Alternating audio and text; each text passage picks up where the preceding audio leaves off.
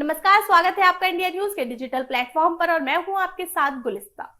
राष्ट्रीय स्वयंसेवक संघ यानी आरएसएस के प्रमुख मोहन भागवत का अखंड भारत पर नया बयान सामने आया है। एक सवाल के जवाब में मोहन भागवत ने कहा कि भारत से अलग हुए देशों को अपनी गलती का एहसास होने लगा है। आपको बता दें, बुधवार को महाराष्ट्र के नागपुर में श्री अग्रसेन छात्रावास के छात्रों को मोहन भागवत ने संबोधित किया।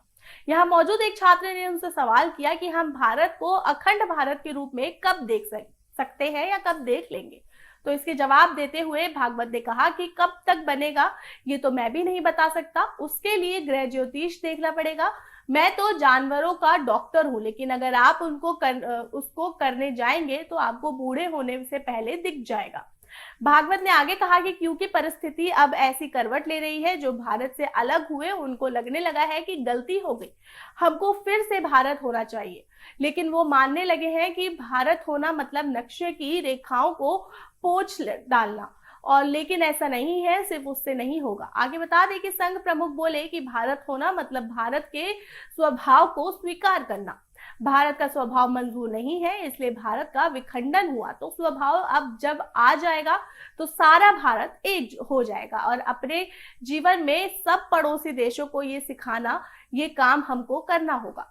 कर भी रहे हैं। हम मालदीव को पानी पहुंचा रहे हैं, श्रीलंका को पैसे पहुंचाते हैं, नेपाल को भूचाल में मदद करते हैं, बांग्लादेश को मदद करते हैं, सबको मदद करते हैं। आपको बता दें, आगे भागवत ने एक पुराने किस्से का जिक्र करते हुए बोले कि 1992 में सार्क का अध्यक्ष बनते वक्त प्रेमदास ने कहा था कि दुनिया के बड़े देश छोटे देशों को निकलते हैं, इसलिए हमें सावधान रहकर एक रहना चाहिए। दक्षिण एशिया के देशों के लिए ये कठिन काम नहीं है। दुनिया में अभी हम अलग अलग नाम से जाने जाते हैं, लेकिन वास्तव में हम एक भारत मुख्य भूमि का अंग है।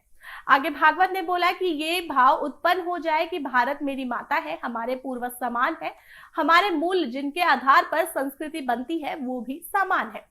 आपको बता दें कि आरएसएस की नजर में पाकिस्तान, बांग्लादेश, अफगानिस्तान, म्यांमार, श्रीलंका और तिब्बत अखंड भारत का हिस्सा है। संघ इन सबको एक राष्ट्र मानता है और इसके पीछे हिंदू संस्कृति समानताओं का आधार है। अब बताते चले कि कार्यक्रम में भागवत के आरक्षण पर भी सवाल किए गए और वो उस पे बोले कि हमने अपने ही समाज के साथियों को सामाजिक व्यवस्था में पीछे रखा, हमने उनकी चिंता नहीं की और ऐसे 2000 साल तक चलता रहा। जब तक उनको समानता पर नहीं लाया गया तब तक कुछ खास प्रावधान किए गए।